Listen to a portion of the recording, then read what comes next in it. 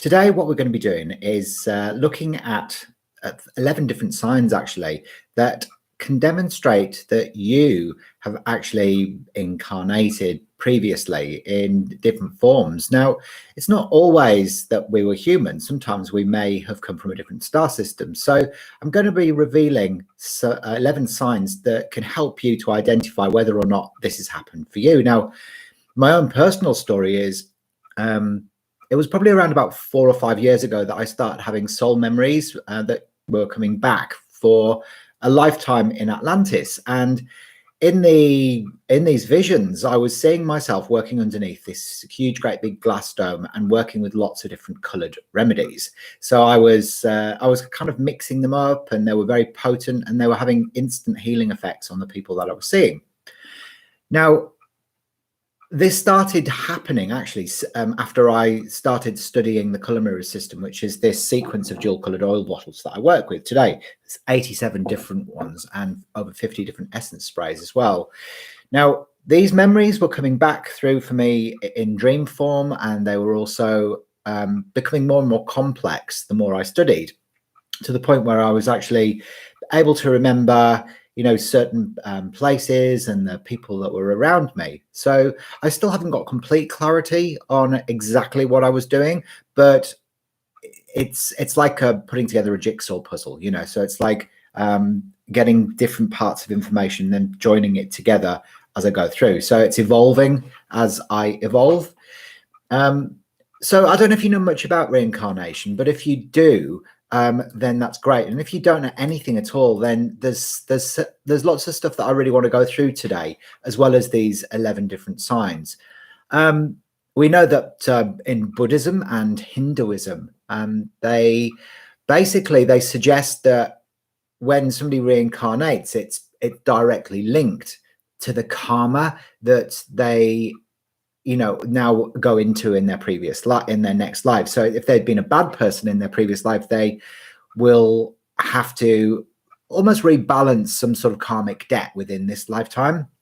The Hinduism also works on the belief that a soul can reincarnate after its physical host dies. So, very similar to Buddhism, it's believed that that the karma of the soul has accumulated with will be mainly influencing the main influencing factor of how the spirit will be reborn. So it's almost like whatever you've kind of done will be then done unto you. I actually believe that karma is something that can be transcended, and I think that with the right contract breaking techniques, we can actually move beyond all of that, because we don't want to be caught up in the birth-death cycle. So what I actually believe is that we can break soul contracts, ancestral agreements, and any karmic ties that we've got to previous wrongs that we've done, because actually there is never anything that we do that is wrong. It's just the way we interpret it and the way that we perceive it. So with that in mind, it's almost like, guilt is the biggest misunderstanding of all. We know nothing is divine, then nothing exists outside of that. So really, it's almost like an illusionary process, the birth-death cycle.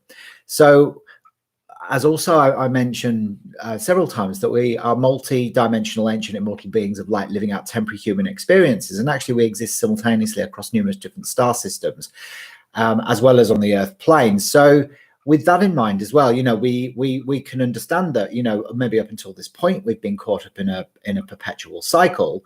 But everything is kind of multidimensional anyway. So we have to look at ways in which in this lifetime we can kind of start to remember who we once were, but also to interconnect the dots of all the different places that we can simultaneously coexist. Okay, so I don't know if this is making any sense to you so far. So Shannon says, I can't describe how happy I am to finally catch one of your live videos. Greetings from the Netherlands.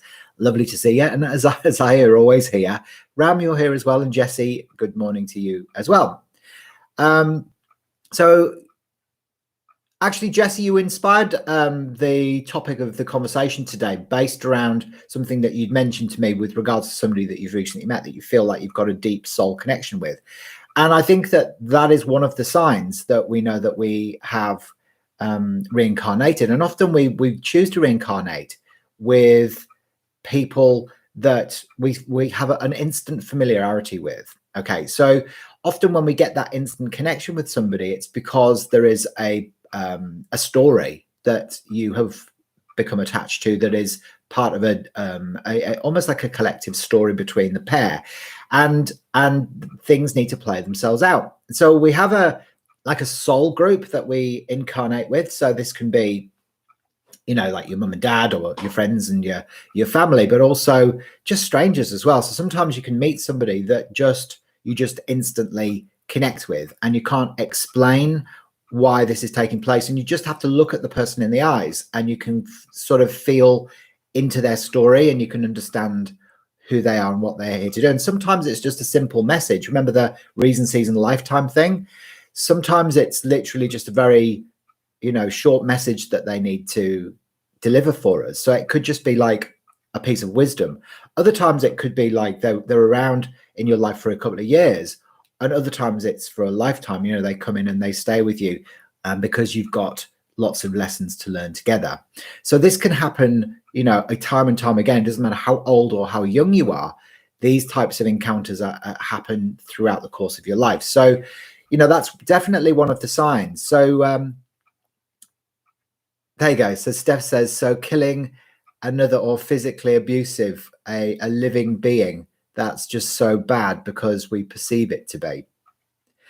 Yeah, like absolutely. You know, this is the thing, you know, so if you think about anything in life, right, it's almost like a contract that you've got signed at a soul level between yourself. If you killed somebody, the person that you've killed has signed a contract that says, you know, whatever it takes, I will help you to heal. So they, you know, there's been an agreement in place. So you've never got anything to feel guilty about, you know. So it's not about condoning behavior, but it's about looking at, you know, forgiveness is really the only real way that we can heal ourselves. Forgiveness and letting go.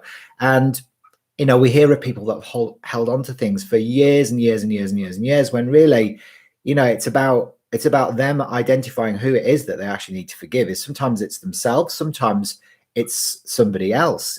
And you know, it really is about looking and perceiving things from a very different perspective, from a soul level instead of from our human perspective, because it's always perfect. Everything is always perfect. So I had the first soul recognition with my dog when I was 11. Wow, that's interesting. Yeah. There you go. So Jessie says, I feel like I've known her from a past life, and she's got amazing eyes. There you go. So Ram says, definitely the case with me, a dog. We both have same issues, and neither of us are pretty hot on red. Family thought something was weird, hence we got him. There you go. Interesting. And Steph says that's a hard one for a lot of people to reckon with, Hayden, even me. It's a concept that it's the only concept that actually really makes sense. You know, if you think about it, right? Everything that happens within your lifetime has been agreed upon before you come in. All of the people that you construe as being your baddies loved you enough to help you to reach a place of forgiveness. So it's almost like we don't incarnate without a need, you know, to create situations of shock, trauma, and abuse, if we don't have on some level a need to be able to learn to forgive. So it's almost like everything is always perfect. Forgiveness is one of the most healing processes that we can go through. And sometimes our past life connections can be, you know, often our biggest betrayals are the people that teach us the biggest lessons in life. Okay. So we see this time and time and time again. It's a difficult concept to get your head around. But if you look at this, for example, this is bottle number, it's C10 in the color mirror system, and it's actually orange over rose pink. Now, orange is the color of shock, abuse, and trauma. And underneath there, we have got rose pink, and rose pink is the color of divine love. So what this says is that, you know, it helps you to identify that the shock and trauma was only ever it was only ever there to help you to be able to forgive yourself and the other person. It's never about condoning behavior, but forgiving them at a soul level, recognizing that those people that you thought were your baddies loved you enough to be able to help you to be able to get to a place of forgiveness, to let go. Okay, so it's always perfect. There is nothing that exists outside of divine perfection. It's like, who are we to say that we exist outside of that? So if everything is perfect, everything is divine, you know as well as I do that everything is divine. So we have to move to a space of complete forgiveness and seeing things from a different perspective. So Shannon says, yep, me and my partner figured out that my past self killed his past self. It only deepened our bond, and we've consciously been working on healing from a place of love. It opened a lot of doors. Absolutely. And that's an interesting scenario, because there's a lot of that goes on within relationships. These karmic relationships that we talk about, that's coming up a lot this month, actually, that it's always about soul evolution, and that those people have always been the ones that loved you enough to be able to teach you the lessons. Yeah, violent crimes do feel so horrific. I mean, they do when you look at them from that, from an outsider's perspective. But often, the people who are actually involved within those scenarios, they don't see them from the horrific perspective that we do. Absolutely. And it's always our greatest betrayers that teach us the lessons that we need to learn.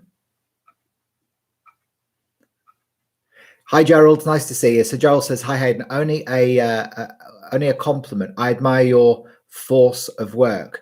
You are organized. Very, very great example. Oh, thank you. That's very sweet. Excellent.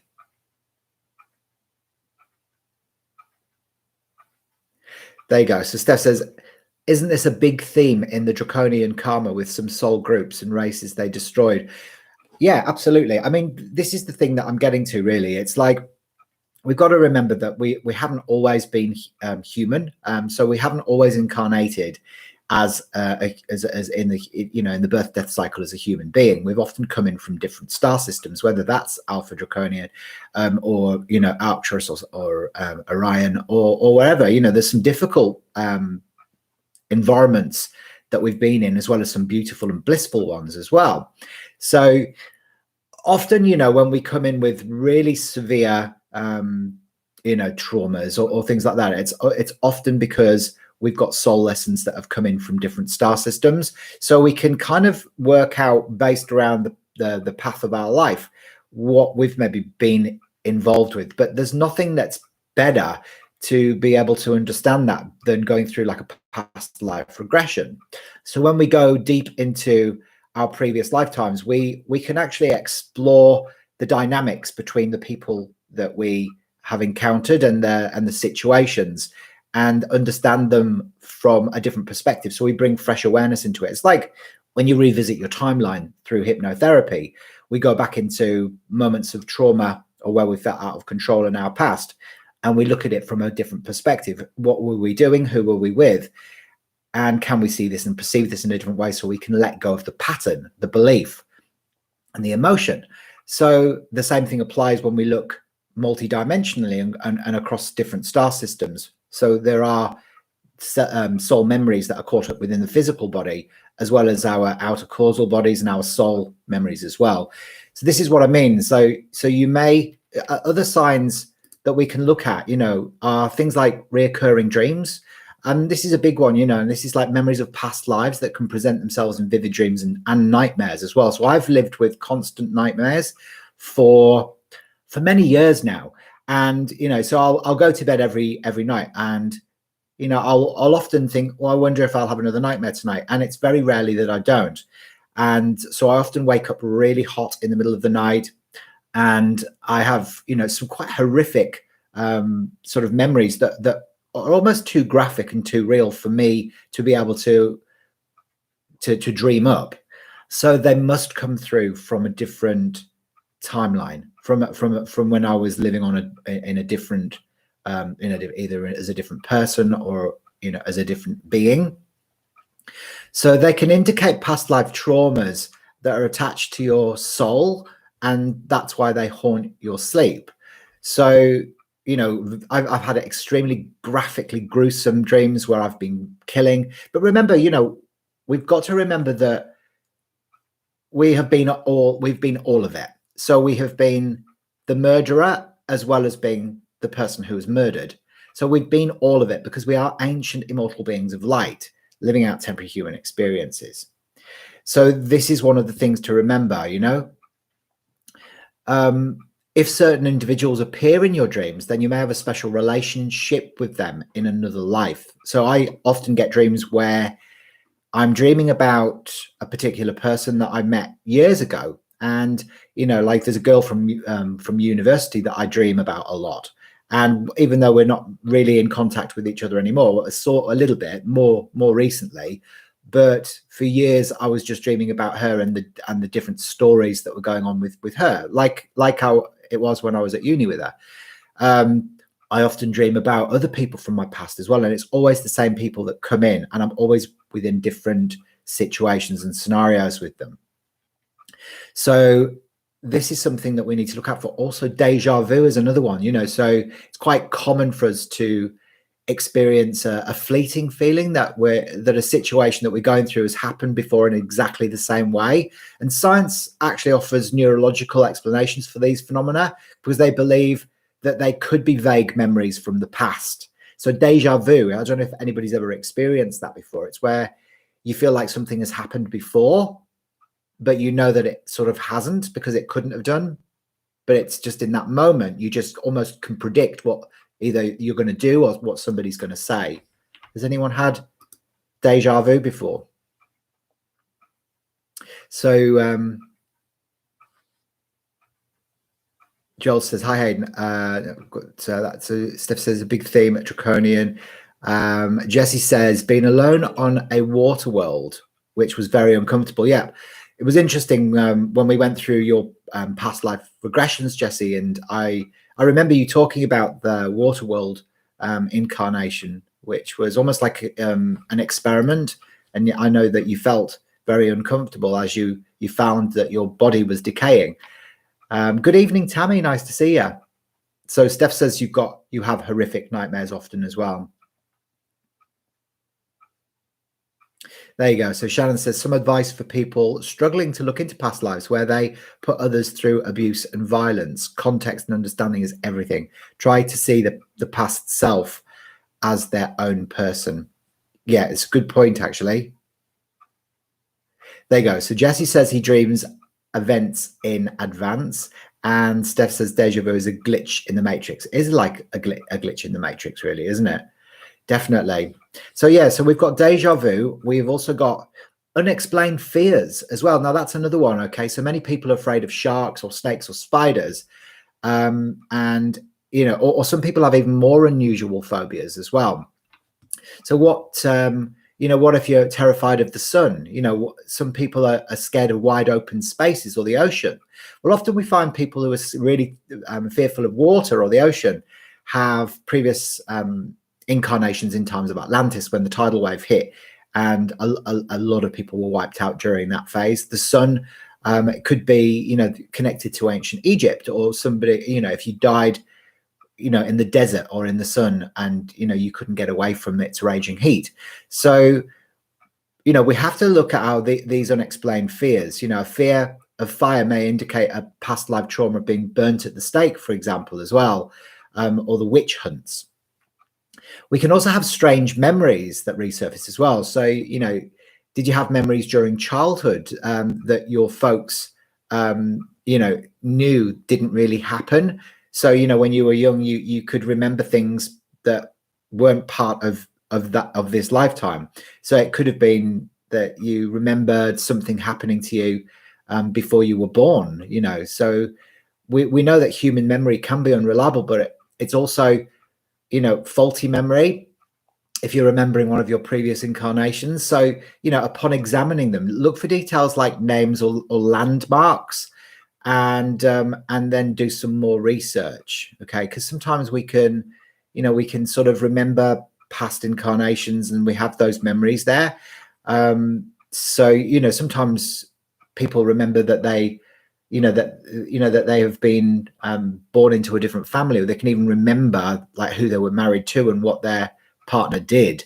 And and sometimes those timelines cross over as well, so that person could then they might be born as a very as a young child, and then they go into the they find the person who they used to be married to is very old, and there's almost like that recognition that goes through with that as well. So that can happen a lot. There's a really good series on TV actually where it talks of people who've been reincarnated and that I've actually met up with their previous partners or mums and dads, because they'd had soul memories so accurate that they could actually even identify locations of where people were living. You might have an attraction to different cultures as well. So if you are attracted to the indigenous races, or the Hopi, or it could be that there is a deep soul resonance with that particular tribe of people. Maybe you were once that yourself. Insatiable desires, that's another one. So it's strong passions can be evident in past lives. So it's almost as if you can get obsessive about a certain subject that you don't even know why you're so passionate about it. Like, for example, with me, it's not about those subjects, but it's almost like it's a relearning of an ancient wisdom, something that I had been using a lot of before, that's come back in to be able to almost take me to the next level with it. Incredible talents can come up. We've all heard about those children that are born that can play the piano, or they can speak foreign languages, and especially when they've had accidents or injuries, or obsessive disorders like OCD and the repetitive washing of hands, or counting of numbers, or blinking frantically. These could be relate back to roots in previous lives as well. So there's lots of different signs, I think, that we can find that we have had previous incarnations, and we just have to trust what comes up for us instead of thinking that it's not real. There you go. So Steph says, I struggle with it. Flies are definitely your shadow animal. Wow. With crystals and astrology, Shannon, have you? Yeah, interesting. There you go. So Ram says, my dreams will be the reason I'm in therapy. Interesting. Yeah. So we can see here that there is a lot of there's a lot of science. Now, the other thing that I want to share with you today as well is I've got different color combinations that can, if you're attracted to them, can relate to previous incarnations as well. So these are the ones that I've got that I want to show you. So this is the first one. Now this one it's actually C3 in the color mirror system, which is olive green over yellow, and this is actually the solar plexus bottle. But this color combination itself has specific meanings with regards to past life connotations, and actually this one relates to a past life. If you feel a connection with this one, it's the past life of a Cathar. Now, the Cathars were a group of people in France in the 14th to the 17th century, and they were said to have been able to alchemically manifest gold, but they were eliminated. They were killed during the Inquisition. So a lot of people, who are attracted to this color combination or repelled by this color combination find it difficult being wealthy and spiritual, because they were persecuted and killed. They were wiped out during the during the Inquisition for being able to turn base metal into gold, for becoming an alchemist, for finding their authentic power. So now in this lifetime, these people feel like they can't do their soul work, their spiritual work, and to be wealthy. So when people come and see me and they pick out all of the yellow and green bottles, I know that they're struggling with being able to, continue their path doing their soul-based work, because they feel like they won't be able to make money doing it. So it's often quite interesting. Now, the next color combination, which relates to a past life, is this one here. Now, this one is blue and green. So any blue and green combinations relates to the European persecutions, such as the burning of the witches. So if you are attracted to blue and green colors together, it could be that you have a difficulty expressing yourself and can be uncomfortable with the feminine side in this lifetime as well. So you might be uncomfortable with the feminine. So do you feel like you're attracted or repelled by either of those two color combinations? Because this can start triggering these emotional responses and these memories.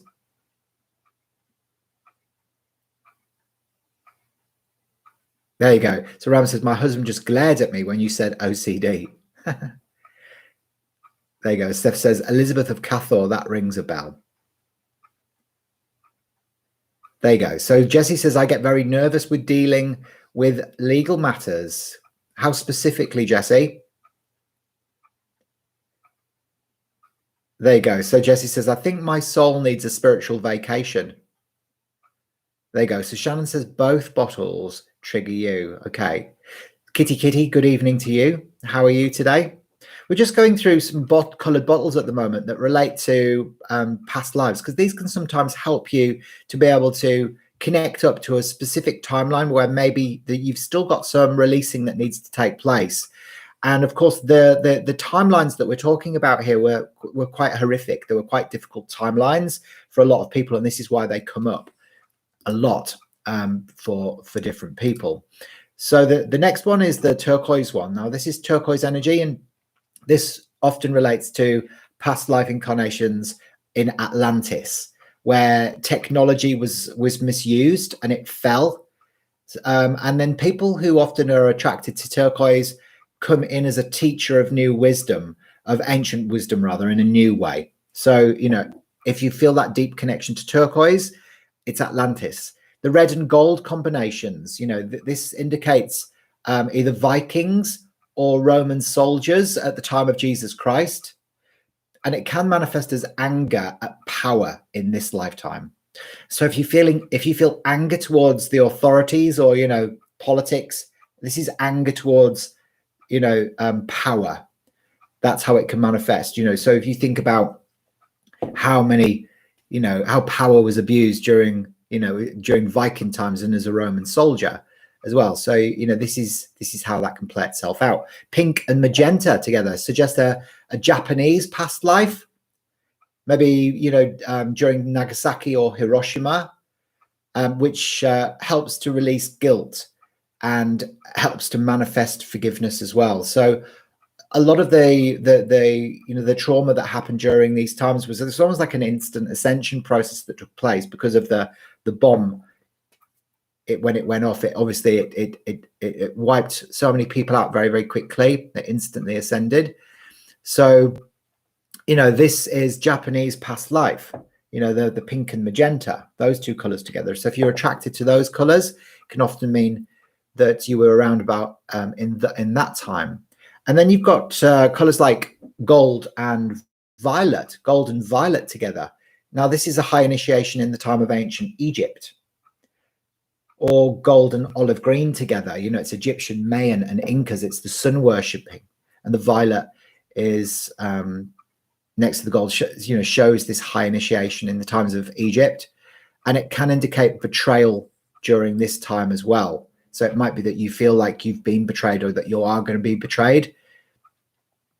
So out of those colors that I've showed you, you know, the gold and violet, or the red or the magenta and gold, or the pink and magenta, or the turquoise, or the blue and the green, or the yellow and the green. Which one do you feel most resonates with you? Do you feel like there's any significance there? And then, of course, we've got other color combinations as well that come in that can indicate starry origins as well. So you've got things like the gold and the green here, or even like your pink and like your paler colors can sometimes relate to the starseed stuff as well, you know. So incarnations, where you've been in different star systems. Yeah, so that can really play itself out with these colors and the platinums as well.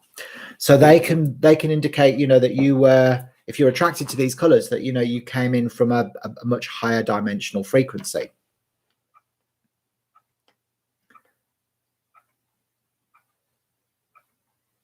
So you felt like blue and green, Jesse, yeah?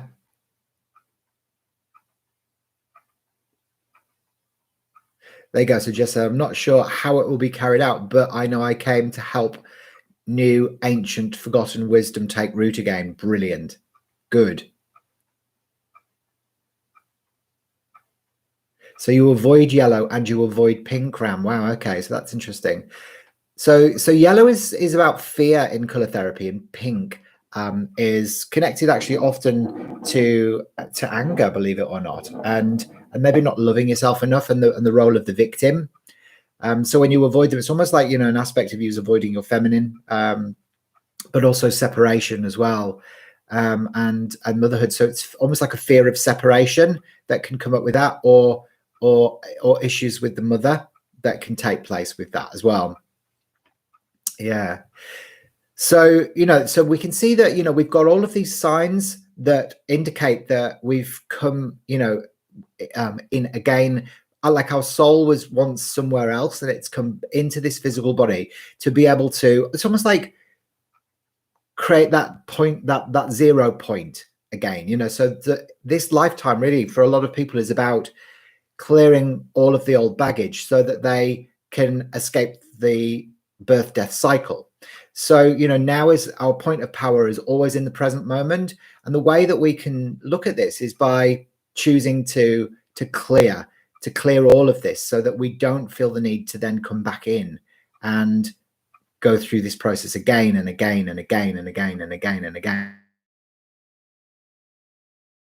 So the best way that I've always found to be able to do that is, first of all, to bring awareness into the past lives through past life regression, and then to be able to look at those things that need to be healed that are on your timeline, because it might be well before, you know, the younger years, because most people's patterns and beliefs are established between the ages of 0 and 7, but sometimes we have to go further back than that because the trauma could have existed on a timeline where your soul was in a different form, whether that's a human body or whether that was, you know, from the stars. So the, you know, that whole process is so freeing. It brings about a lot of inner peace, and of course we're always learning, we're always growing, you know. So it might be that your nightmares are an indication that you need to look at something that's not been cleared yet. It might be that you are, you know, being triggered by the most ridiculous things that you don't even know why, and it could be things like just something that somebody says to you, or something that you witness, or something that you see. These are the things that we need to go back into, and we need to be able to observe them from a different perspective, and we need to be able to release them, often through either forgiveness or through just having a different point of awareness over those events. And then, you know, that creates the change that we're looking for. There you go. So Jesse says, I was fascinated by the ninjas and the Japanese cultures as a kid, and Egypt as well. Brilliant. Okay. So Egypt is a big one for Starseeds, you know, Egypt, because if you think about all the survivors from Atlantis, they're the ones that actually escaped. And because there was a lot of them had heightened awareness, and they were very intuitive, and they were quite psychic. So they were given the signs that Atlantis was going to fall, you know, down through the frequencies. So they, you know, they left, and a lot of the survivors ended up in ancient Egypt, and that's when they still had that wisdom from Atlantis that was based around numerology that was able to create and construct the pyramids, you see. So, you know, but then all of the trauma started there within Egypt as well, because with the Egyptians, they were so indoctrinated by the sun gods and the Anunnaki and the you know, what they perceived the gods to be, and that whole notion of, you know, them believing that these people were gods when really they weren't, and all the sacrifice that went on for thousands and thousands of years.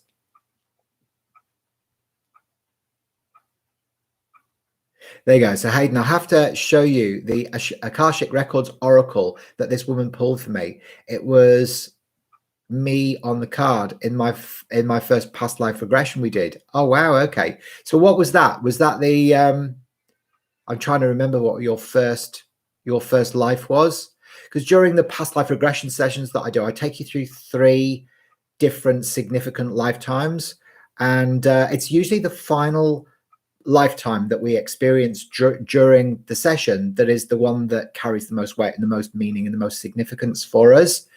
So if you've never been through a process like this, it can be very revealing, and it can help you find a lot of inner peace. So if you're interested in going through that process, then feel free to reach out and we can organize a time to go through that. The sessions that I do take around about 90 minutes, and they are priced at 125 Australian dollars, and we do them via Zoom. So if if you're curious to see what's actually still there on your multi-dimensional timeline, then we can look at that. And I use techniques such as hypnotherapy and a QHHT as well. So it's like quantum healing. There you go. So many lifetimes, ancient empires such as Aztecs, Mayans, etc. Also sun god obsessed. Yeah. The last ones were passing over and leaving my granddaughter behind. That's right. Yes. That's right. I remember now. And it was that feeling, you got quite emotional, didn't you, when you had to leave behind your granddaughter?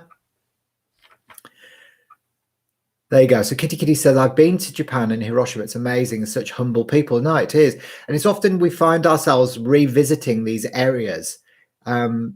Like for me, I went to Egypt, to Sharm el Sheikh, and it was over New Year. It was probably about 12 or 13 years ago now. And I actually had a very interesting experience whilst I was there. I'd gone to bed early. It was New Year's Eve. And I actually went to bed. Mark and I, we went to bed just before midnight, and I fell asleep. And then I woke up and there was a face looking down at me in the room. And it was just quite scary, actually. It was like, like an old woman, but it was kind of like misty, sort of like a bit ghosty looking, and it really scared me. So I jumped out of bed and I tried to put the light on, and I ended up putting the air conditioning on. I looked back into bed and Mark was there in bed and he was still asleep and he was screaming. So I was like, quickly tried to wake him up, and he'd had no recollection of like him being in turmoil. And I explained what had happened. So we had, for the rest of that holiday, we had to sleep with the light on in the bedroom because I was like really terrified. But then it started making sense to me because I was in Egypt, and it might have been their way to be able to get through to me, because it was only this thing has only ever happened twice in my life before. I had it once when I was 16, and another time when I was quite a lot older, which was, I think I was 20. It was about 26. No, it was about 30. About 32 in Egypt, I think. Yeah. So interesting. So Jesse says, it was instant tears. It was quite unexpected. You see, the other thing that we can do as well, to sort of look at our connections to our past lives, is by looking at our numerology as well, because that will give us some signs as to what we're actually here to do with our purpose in this lifetime, and it can trigger memories from the past as well. Often, because we're born with amnesia, we come in, we don't have any memories really of our past. I mean, obviously some people do, like these kids we were just talking about that come in with memories of who they once were, but most people come in with no memories at all about who they once were. And there's a reason behind that, because life is a test, and if we knew all the answers, then it wouldn't be, would it? It wouldn't be a test if we knew all the answers. So we have to come in, and then we have to awaken. And usually we go through this awakening process during our Saturn return. It's our midlife awakening, or our starseed awakening, that's happening a lot of now as well. So Ram says, I see Lemuria a lot. It's amazing, the experience. Also, when awakening was ramping up, I got to be face to face with my favorite snake, King Cobra, at a waterfall. It was a time of being depressed. Wow. Okay. So was that a real experience of a cobra snake? Was it? Or was that just an imagined one? So Jesse says, my one psychic friend thinks my current granddaughter was my past life granddaughter. Yeah. No, that would make sense, wouldn't it? Definitely. Yeah, because remember, we come in, we're in group evolutions. So we come in as a soul group, and it's always like, your mum might have been your daughter, and your father might have been your uncle or your child. So this is the way it sort of plays itself out. We incarnate with the same people, but in different roles.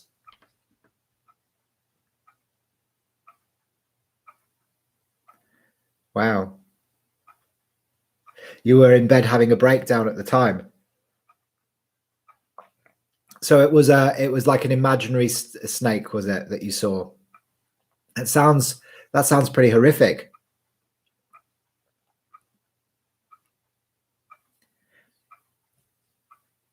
Steph says, were many of the ancient empires, such as the Aztecs, Mayans, Incas, etc., also sun god obsessed? Yeah, they were. And actually, it's interesting because gold in color therapy. So any gold bottles, that if people pick out gold bottles during a therapy session, it's often because they have a strong past life connection with either the Mayans or the Aztecs or the Incas, all the sun god worshippers. This is what comes up for them, and a lot of it is like they have a fear of their own authentic power, because they may have abused that power in the past. So you almost have to get them to a point of like remembering who they once were and accepting their authentic power again. Once again, like it's not to be scared of, but to embrace it. Oh, your snake was dying. So Shannon says, I'm almost due for my Saturn return, and I can already feel him knocking at my door. Enough fooling around. Time to get back to work. I don't know. Exactly. No, the Scorpio moon was crazy. There you go. So Steph says, when I was holding a praying mantis last year, I received downloads like I was seeing the mantis and my surroundings in a non-physical way, if that makes sense. Interesting. Yeah. Yeah, I think, a lot of people were affected by the Scorpio full moon. I think they were, because it basically triggered a transformation within all of us, and it was an enabler to help us to let go. It relates to transformation Pluto in the Columbus system, which is a planetoid, which is the furthest away in our solar system.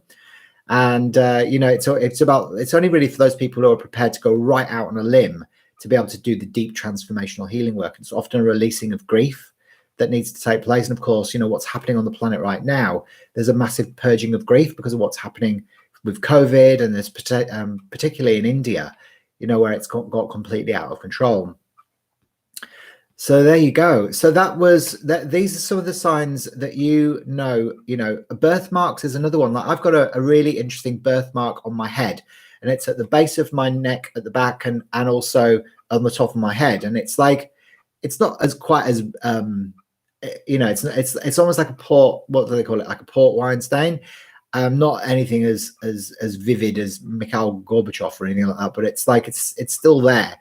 And I believe it to be a past life marking, because I do have memories of I was a trolley dolly on an Alitalia flight that went down on a university, and it actually happened. I think it was 1970, so it was 2 years before I incarnated as me, and I believe that to be like a piece of metal that went through my head, that I've got a very significant mark on the head there. So it's often like an energetic print on your physical body.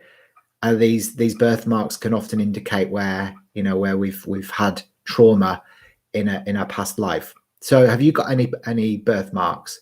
And also mysterious pain. If you get bizarre aches and pains in your present life that can't be explained by the medics, then these can be manifestations of suffering that you've endured in a previous existence as well. So you've got all of these things that are there to help you to be able to reawaken to what it is that needs to be healed within your own life, whether it's a particular color combination, whether it's a birthmark, a reoccurring dream, deja vu, unexplained fears or strange memories, attraction to different cultures or insatiable desires or incredible talents, obsessive disorders, mysterious pain, birthmarks. It's all of those things are there. They're my 11 signs that you have previously been someone or something else.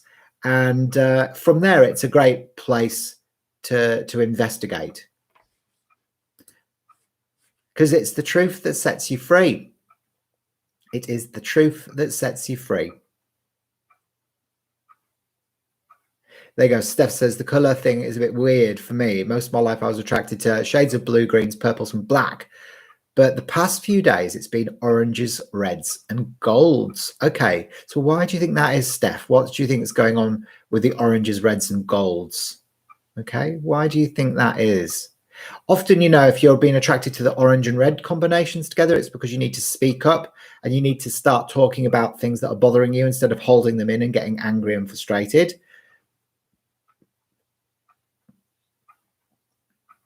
Okay, and it's almost like asking you to step into your authentic power. There's sometimes it's like if you're going through shock and trauma or feeling out of control, that's when you can start being attracted to oranges and reds as well. Or if you feel like you can't survive, safety, security, survival comes up in red. So we do all change, you know, from time to time we change from one thing to the next.